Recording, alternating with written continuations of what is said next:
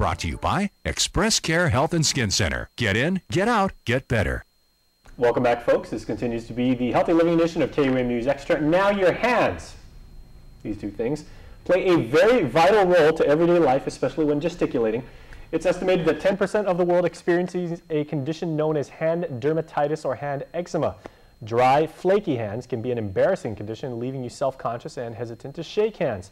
Here to tell us more about hand dermatitis is Express Care's Dr. Jitka Lom. Doctor, thank you so much, and let's shake hands very appropriately. Very nice. Okay, so what is the relationship exactly between hand dermatitis and eczema, or are they interchangeable? The word eczema, Jason, just means itchy, dry, sensitive skin.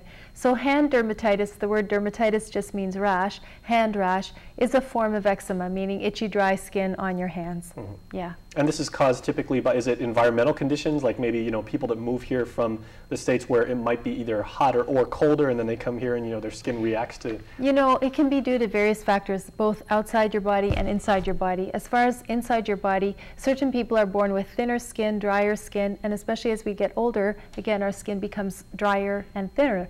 And we strip off a lot of the natural oils with the environmental things that we're touching. So there's an example of the outside environment affecting our body.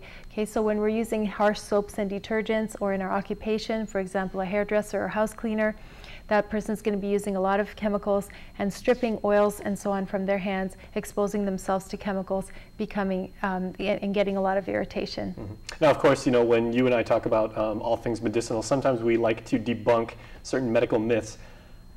How about using antibacterial soaps? Because those on paper seem to be very good for you, but they can have a skin effect. Yeah, they're actually really, really super harsh. So I always tell people you don't really need to fumigate, you just need to remove germs. You need to just use a mild soap like Dove or Ivory, wash your hands for about 30 seconds with warm water, and that's good enough. You do not need to use harsh soaps to be removing germs.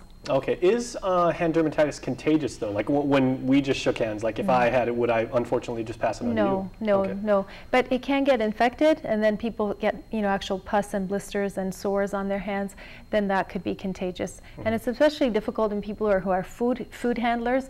They're washing their hands all the time. They're using soaps and detergents to wash dishes and clean utensils. And then if they get a sore and it gets infected, of course, they cannot continue working in their occupation till they heal up. So it can be contagious in that way. Now, I've also heard from people that I know from the athletic community, eczema might also be transferred by people that are into wrestling, or, you know, to sports like that where they don't always properly sanitize like a mat or a surface, or, you know, people they play sports in a gym and like they maybe pick up, you know, dust from the floor. There I think you're talking more about sweating and getting ringworm. You can certainly get that from mats, less than eczema. Eczema tends to be more of a chemical thing, or again, a person who has very sensitive skin. Okay, good to know.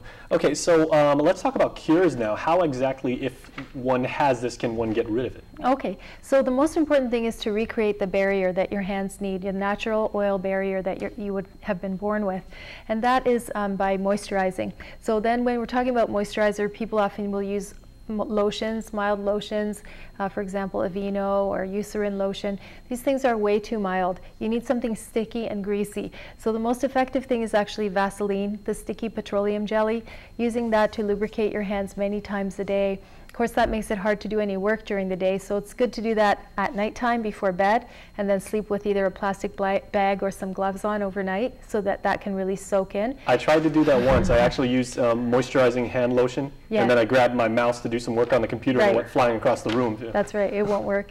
But in the daytime, there are some moisturizers that you can use that aren't quite so greasy. A good one is CeraVe, another one is Vanicream, and you can buy these over the counter. But the key is to moisturize many, many, many times a day, 15, 20 times a day, to recreate that natural barrier every time you wash your hands. Okay, now is hand dermatitis any more common in babies or the elderly? In the elderly, I think it's most common in people who are using their hands, especially with wet work or with chemicals. But young children and the elderly do have more sensitive skin, thinner skin, and drier skin, so they may also have the problem. And that's why they say babies have very soft skin. They do. And young children tend to be given hand sanitizer a lot to use, and that's not always the best thing. Okay, and then real quick, if left unchecked, what are some of the possible roads you can go down if you don't take care of hand dermatitis? Well, mostly it's incredibly painful. The word embarrassment came up in the introduction, but it's very, very painful for people to have cracks and sores and fissures on their hands.